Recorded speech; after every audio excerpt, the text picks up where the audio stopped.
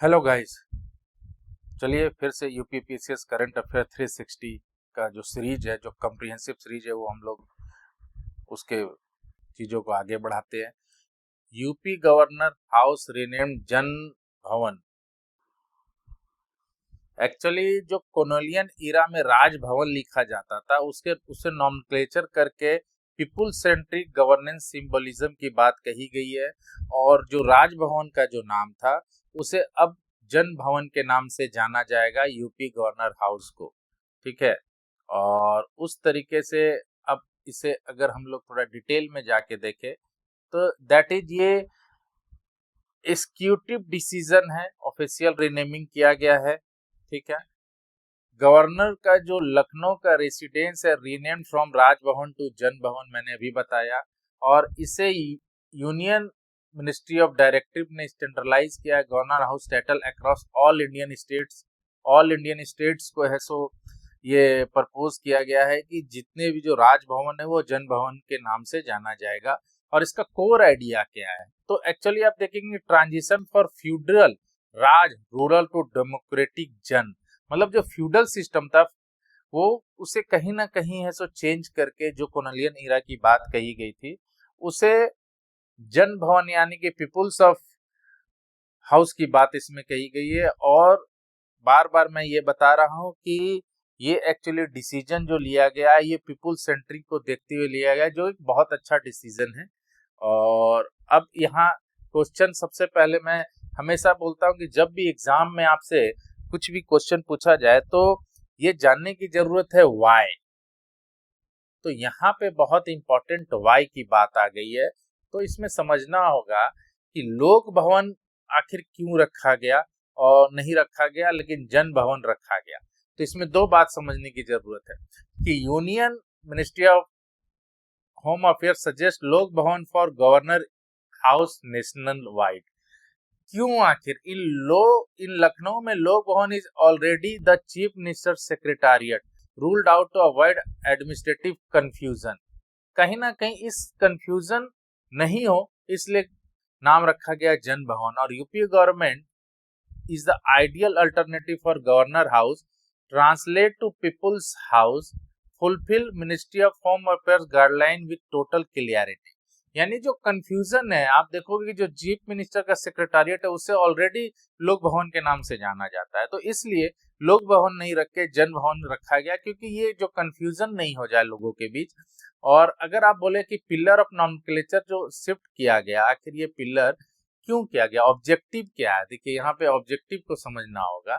ये ऑब्जेक्टिव क्यों आखिर ऐसा किया गया, तो आप इसमें देखेंगे कि डीकोलोनलाइजेशन कोलोनाइजेशन को डीकोलोनाइज करने के लिए ये डिसीजन लिया गया। Eliminate feudal British era administrative title in governance.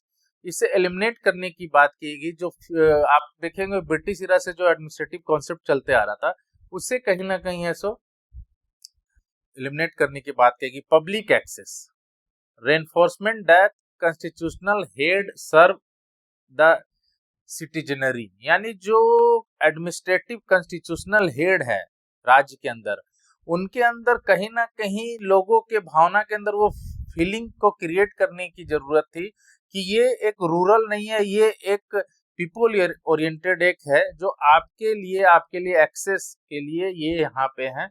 इसलिए ये फीलिंग्स क्रिएट करने के लिए ये बात भी कही गई। तो मैं आपको बताया कि हम लोग सिर्फ प्रीलिम्स की तैयारी नहीं करा रहे हैं, ये एक कम्प्रिहेंसिव कॉन्सेप्ट है। कल को जब मेंस में आप आंसर लिखने को जाओगे या इंटरव्यू में भी ये क्वेश्चन पूछा जा सकता है कि लोग भवन नहीं रख के जन भवन क्यों रखा गया, तो ये चीज आपको वहां पे बताना होगा। यूनिफॉर्मिटी की बात कही गई, establish accessible standard title across Indian state.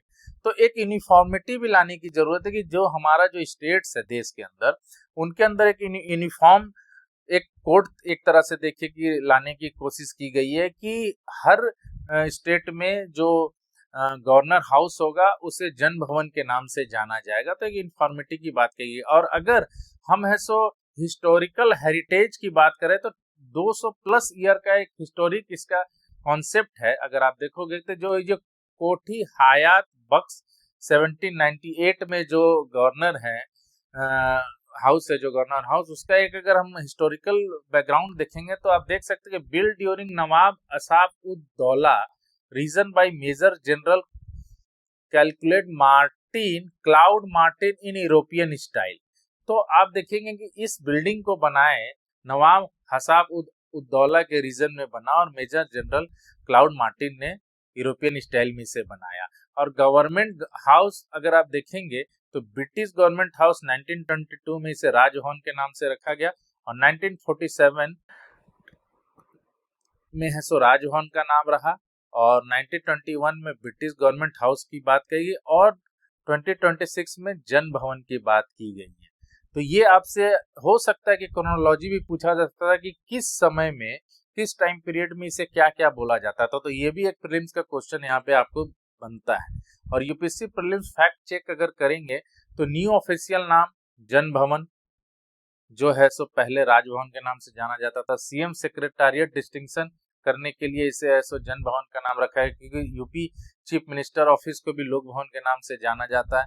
Guiding authority union minister of home affairs यानी MHA. Historical original constructed at Kothi Hayat बख्श 1798। ये भी आप प्रीलिम्स को फैक्ट के रूप में आप देख सकते हैं। और अगर मेंस की बात करें यहाँ पे तो ये GS2 और GS5 का एनालिटिकल अप्रोच यहाँ पे हम देख सकते हैं। Decolonisation of governance, removal of feudal and colonial system, constitutional post of governor, ये भी आप देख सकते हैं जो आर्टिकल है सो 153 to 160 की बात कही गई है यहाँ पे पोस्ट गवर्नर का। पब्लिक पार्टिसिपेशन एक्सेसिबिलिटी की बात कही गई, ये सब मेंस में आपको आप आराम से इस चीज को लिख सकते हैं। सिंबॉलिक फेडरलिज्म की बात की गई है, कहीं ना कहीं पूरे देश में अलाइन किया गया है कि जन भवन के नाम से ऐसो गवर्नर का जो हाउस होगा वो जाना जाएगा। इस तरीके से हम लोग बोल सकते हैं कि किस तरीके से है सो हम लोग एक कॉम्प्रिहेंसिव जो कॉन्सेप्ट स्टार्ट किया कॉम्प्रिहेंसिव कवरेज को लेके यूथ पावर एकेडमी में। ये आप देखेंगे कि प्रीलिम्स में भी आपको मिलेगा, मेंस में भी मिलेगा और इंटरव्यू में भी आपको बहुत सपोर्ट मिलना है इस पूरे सीरीज में। तो ज्वाइन टेलीग्राम चैनल हमारा @YPA भारत को आप सब्सक्राइब करेंगे, ठीक है। और वहाँ पे आप ऐसो ज्वाइन करिए टेलीग्राम चैनल को, वहाँ पे आप लोग को बहुत कुछ देखने को मिलेगा। Thank you.